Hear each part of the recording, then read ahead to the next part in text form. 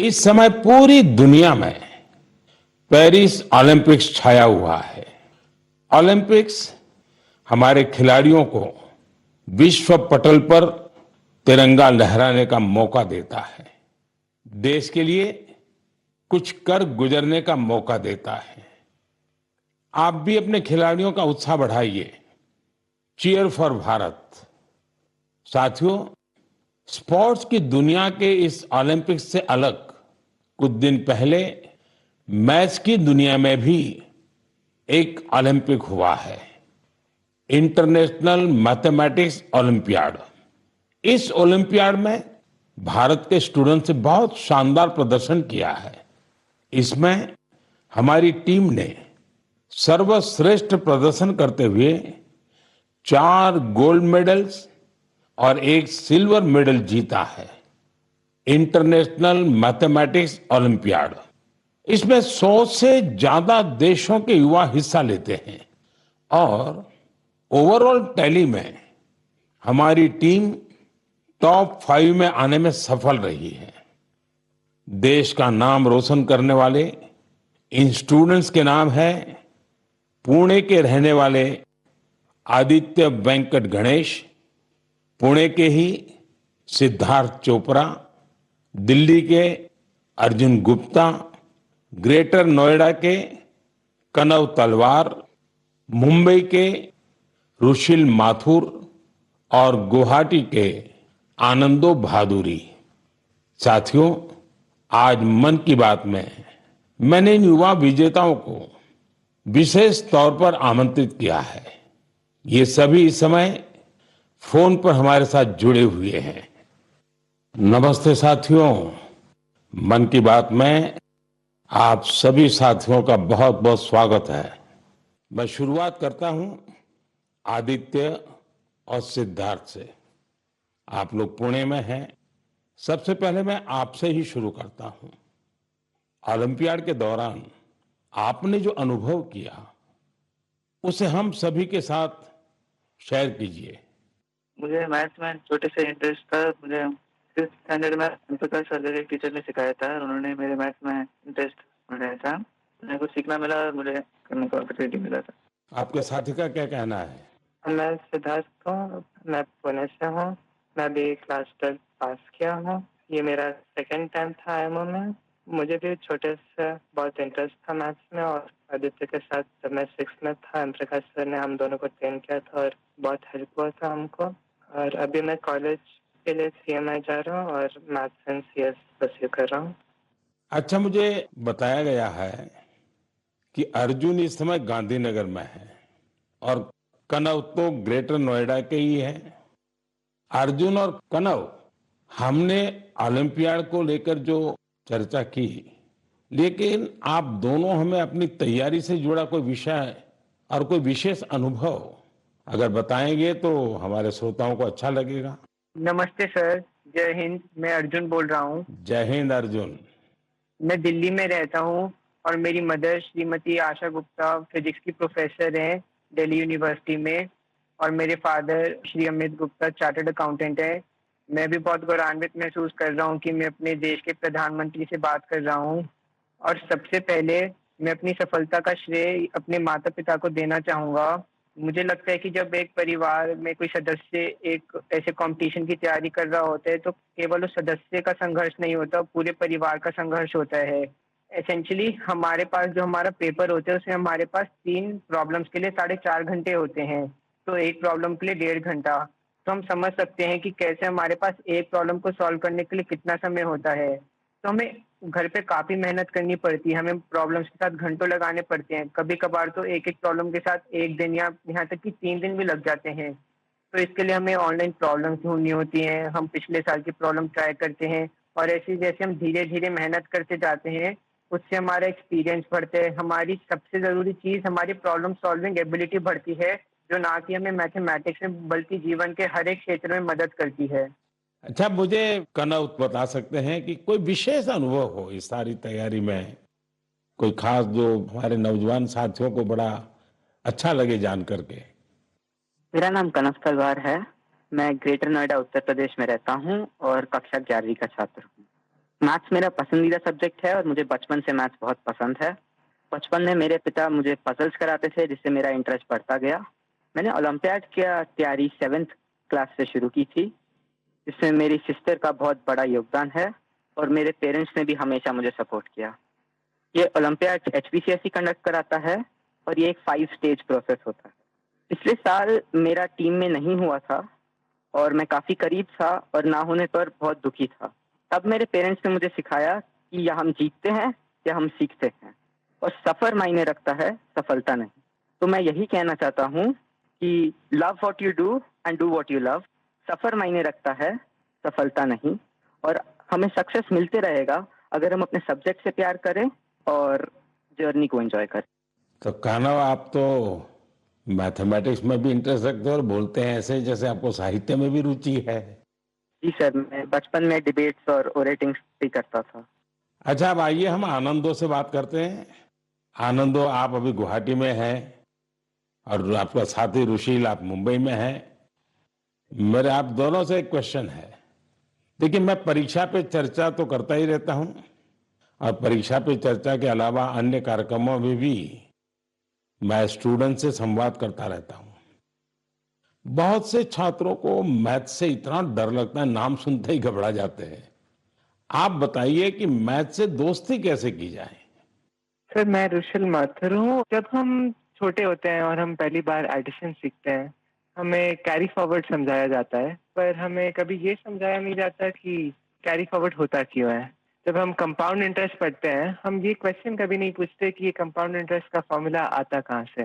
मेरा मानना ये है कि मैथ्स एक्चुअली एक सोचने और प्रॉब्लम सॉल्विंग की एक कला है और इसलिए मुझे ये लगता है कि अगर हम सब मैथमेटिक्स में एक नया क्वेश्चन जोड़ दें, तो ये क्वेश्चन है कि हम ये क्यों कर रहे हैं, ये ऐसे क्यों होता है। आई थिंक इससे मैथ्स में बहुत इंटरेस्ट बढ़ सकता है लोगों का, क्योंकि जब किसी चीज को हम समझ नहीं पाते उससे हमें डर लगने लगता है। इसके अलावा मुझे ये भी लगता है कि मैथ्स, सब सोचते हैं, एक बहुत लॉजिकल सा सब्जेक्ट है, पर इसके अलावा मैथ्स में बहुत क्रिएटिविटी भी इम्पोर्टेंट होती है, क्योंकि क्रिएटिविटी से ही हम out of the box solution सोच पाते हैं जो ओलंपियाड्स में बहुत यूजफुल होते हैं। और इसलिए मैथ ओलंपियाड्स का भी बहुत इम्पोर्टेंट रेलेवेंस है मैथ्स के इंटरेस्ट बढ़ाने के लिए। आनंदो, कुछ कहना चाहेंगे? नमस्ते पीएम जी, मैं आनंद खैरव गुवाहाटी से। मैं भी अभी 12वीं कक्षा पास किया हूँ। यहाँ के लोकल ओलंपियाड में 6th और 7th में करता था, वहाँ से ही हुई। ये मेरी दूसरी आईएमओ थी। दोनों आईएमओ बहुत अच्छे लगे। मैं रुशिल जो कहा उससे मैं सहमत हूँ और मैं ये भी कहना चाहूंगा कि जिन्हें मैथ से डर है उन्हें धैर्य की बहुत जरूरत है। हमें मैथ जैसे पढ़ाया जाता है, क्या होता है, एक फार्मूला दिया जाता है, वो रखा जाता है, फिर उस फार्मूला से ही 100 सवाल ऐसे करने पड़ते हैं, लेकिन फार्मूला समझे कि नहीं वो नहीं देखा जाता। सिर्फ सवाल करते ही जाओ, फार्मूला भी रटा जाएगा और फिर एग्जाम में अगर फार्मूला भूल गया तो क्या करेगा। इसलिए मैं कहूंगा कि फार्मूला को समझो, जो रुशिल कहा था, फिर धैर्य से देखो। अगर फार्मूला ठीक से समझे तो 100 सवाल नहीं करने पड़ेंगे, 1-2 सवाल से ही हो जाएंगे और मैथ को डरना भी नहीं है। आदित्य और सिद्धार्थ, आप जब शुरू में बात कर रहे थे तब ठीक से बात हो नहीं पाई। अब इन सारे साथियों को सुनने के बाद आपको भी जरूर लगता है कि आप भी कुछ कहना चाहते होंगे। क्या आप अपने अनुभव अच्छे ढंग से शेयर कर सकते हैं? बहुत सारे दूसरे देशों से इंटरैक्ट किया था, बहुत सारे कल्चर्स थे और बहुत अच्छा था दूसरे स्टूडेंट्स से इंटरैक्ट करने के, और बहुत सारे फेमस मैथमेटिशियंस थे। हाँ आदित्य। बहुत अच्छा एक्सपीरियंस था हमें। उधर हमें उन्होंने अर्थ सिटी को घुमा के दिखाया था, उधर बहुत अच्छे अच्छे व्यूज दिखे थे और पार्क्स लेके गए थे और हमें ऑक्सफोर्ड यूनिवर्सिटी को भी लेके गए थे, तो ये बहुत अच्छे अनुभव था।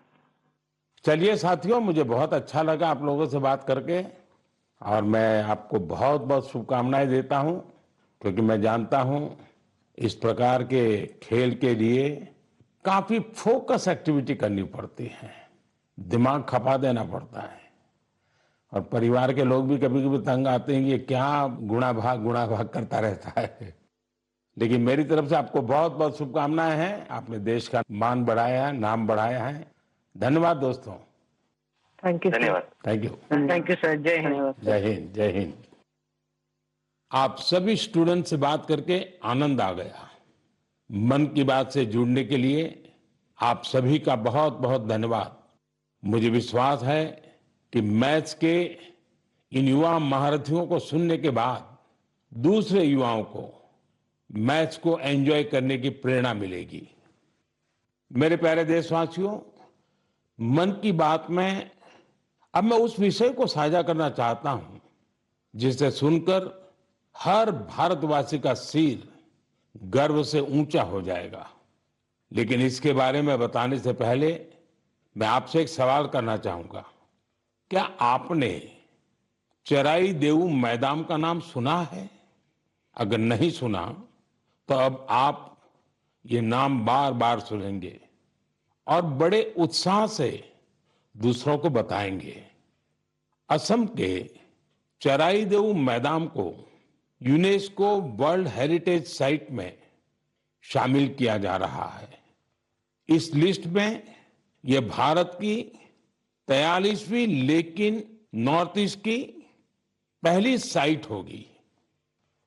साथियों, आपके मन में ये सवाल जरूर आ रहा होगा कि चराई देऊ मैदान आखिर है क्या और ये इतना खास क्यों है?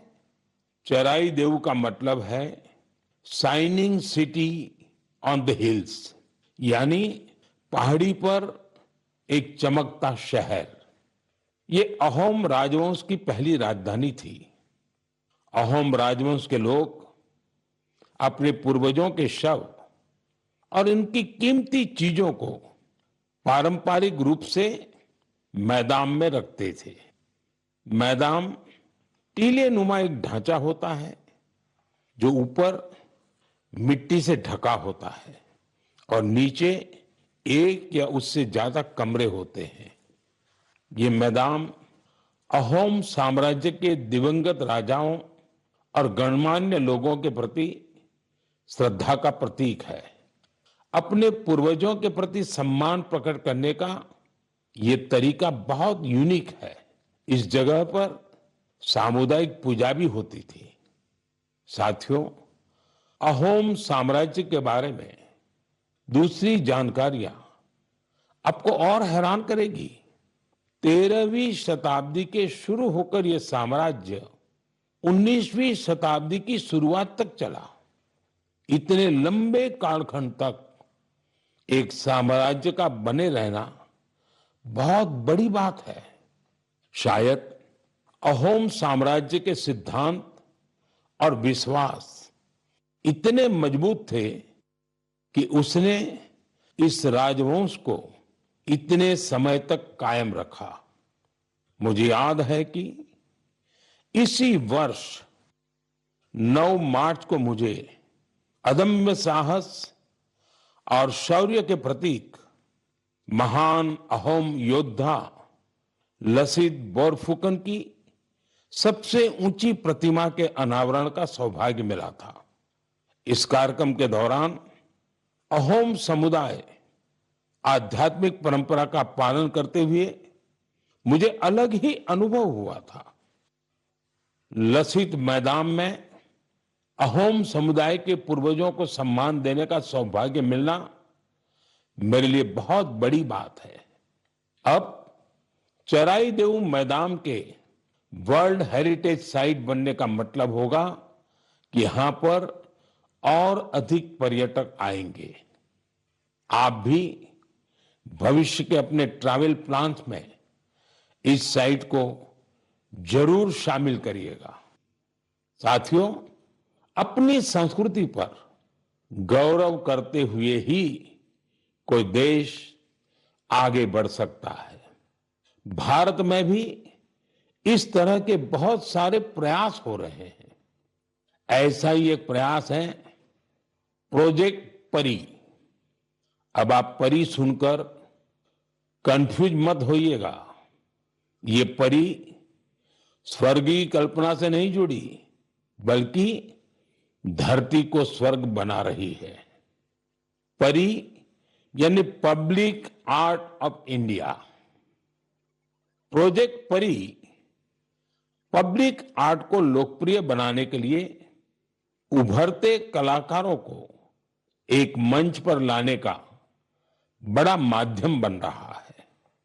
आप देखते होंगे सड़कों के किनारे, दीवारों पर, अंडरपास में बहुत ही सुंदर पेंटिंग्स बनी हुई दिखती है। ये पेंटिंग्स और ये कलाकृतियां यही कलाकार बनाते हैं जो परी से जुड़े हैं। इससे जहां हमारे सार्वजनिक स्थानों की सुंदरता बढ़ती है, वहीं हमारे कल्चर को और ज्यादा पॉपुलर बनाने में भी मदद मिलती है। उदाहरण के लिए दिल्ली के भारत मंडपम को ही लीजिए। यहां देश भर के अद्भुत आर्टवर्क्स आपको देखने को मिल जाएंगे। दिल्ली में कुछ अंडरपास और फ्लाईओवर पर भी आप ऐसे खूबसूरत पब्लिक आर्ट देख सकते हैं। मैं कला और संस्कृति प्रेमियों से आग्रह करूंगा कि वे भी पब्लिक आर्ट पर और काम करें। ये हमें अपनी जड़ों पर गर्व करने की सुखद अनुभूति देगा। मेरे प्यारे देशवासियों, मन की बात में अब बात रंगों की, ऐसे रंगों की जिन्होंने हरियाणा के रोहतक जिले की 250 से ज्यादा महिलाओं के जीवन में समृद्धि के रंग भर दिए हैं। हथकरघा उद्योग से जुड़ी ये महिलाएं पहले छोटी छोटी दुकानें और छोटे मोटे काम कर गुजारा करती थी, लेकिन हर किसी में आगे बढ़ने की इच्छा तो होती ही होती है। इसलिए इन्होंने उन्नति सेल्फ हेल्प ग्रुप से जुड़ने का फैसला किया और इस ग्रुप से जुड़कर उन्होंने ब्लॉक प्रिंटिंग और रंगाई में ट्रेनिंग हासिल की।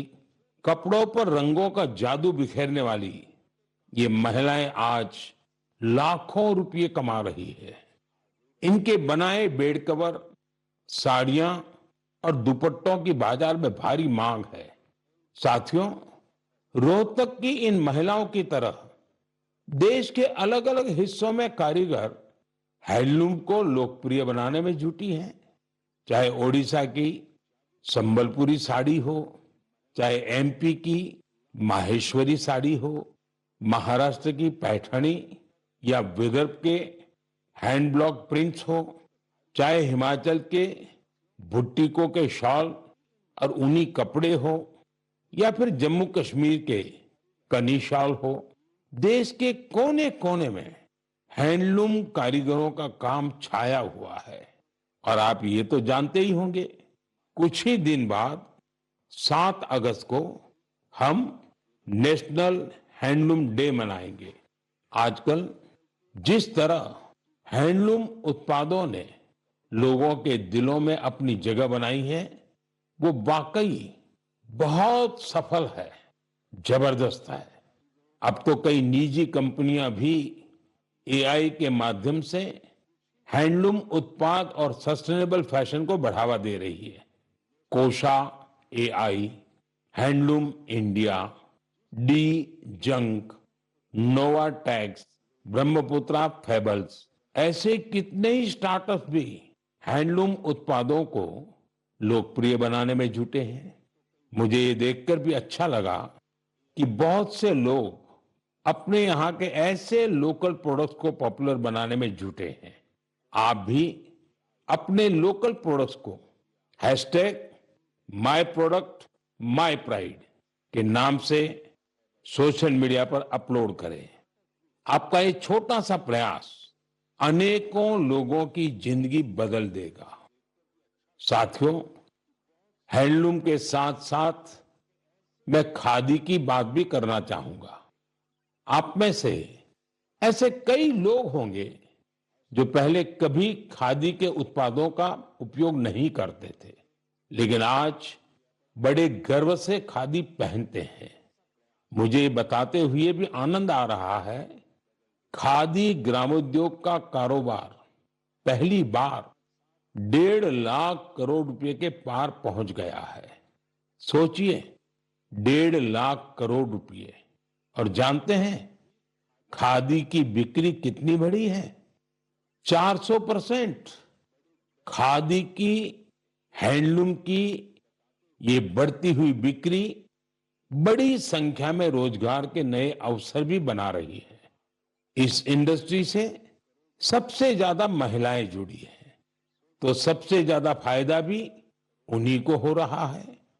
मेरा तो आपसे फिर एक आग्रह है, आपके पास भांति भांति के वस्त्र होंगे और आपने अब तक खादी के वस्त्र नहीं खरीदे, तो इस साल से शुरू कर लें। अगस्त का महीना आ ही गया है। ये आजादी मिलने का महीना है, क्रांति का महीना है। इससे बढ़िया अवसर और क्या होगा खादी खरीदने के लिए। मेरे प्यारे देशवासियों, मन की बात में मैंने अक्सर आपसे ड्रग्स की चुनौती की चर्चा की है। हर परिवार की ये चिंता होती है कि कहीं उनका बच्चा ड्रग्स की चपेट में ना आ जाए। अब ऐसे लोगों की मदद के लिए सरकार ने एक विशेष केंद्र खोला है, जिसका नाम है मानस। ड्रग्स के खिलाफ लड़ाई में ये बहुत बड़ा कदम है। कुछ दिन पहले ही मानस की हेल्पलाइन और पोर्टल को लॉन्च किया गया है। सरकार ने एक टोल फ्री नंबर 1933 जारी किया है। इस पर कॉल करके कोई भी जरूरी सलाह ले सकता है या फिर रिहेबिलिटेशन से जुड़ी जानकारी ले सकता है।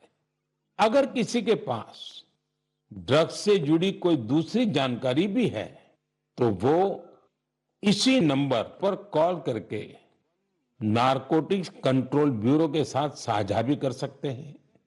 मानस के साथ साझा की गई हर जानकारी गोपनीय रखी जाती है। भारत को ड्रग्स फ्री बनाने में जुटे सभी लोगों से, सभी परिवारों से, सभी संस्थाओं से मेरा आग्रह है कि मानस हेल्पलाइन का भरपूर उपयोग करें।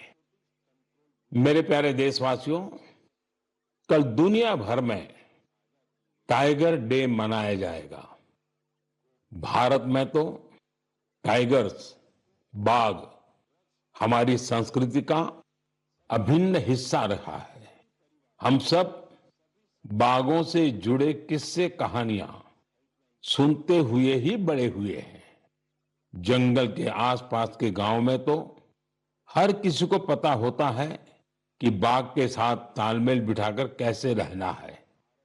हमारे देश में ऐसे कई गांव हैं जहां इंसान और बाघ के बीच कभी टकराव की स्थिति नहीं आती, लेकिन जहां ऐसी स्थिति आती है, वहां भी बाघों के संरक्षण के लिए अभूतपूर्व प्रयास हो रहे हैं। जन भागीदारी का ऐसा ही एक प्रयास है कुल्हाड़ी बंद पंचायत। राजस्थान के रणथंभौर से शुरू हुआ कुल्हाड़ी बंद पंचायत अभियान बहुत दिलचस्प है। स्थानीय समुदायों ने स्वयं इस बात की शपथ ली है कि जंगल में कुल्हाड़ी के साथ नहीं जाएंगे और पेड़ नहीं काटेंगे। इस एक फैसले से यहाँ के जंगल एक बार फिर से हरे भरे हो रहे हैं और बाघों के लिए बेहतर वातावरण तैयार हो रहा है।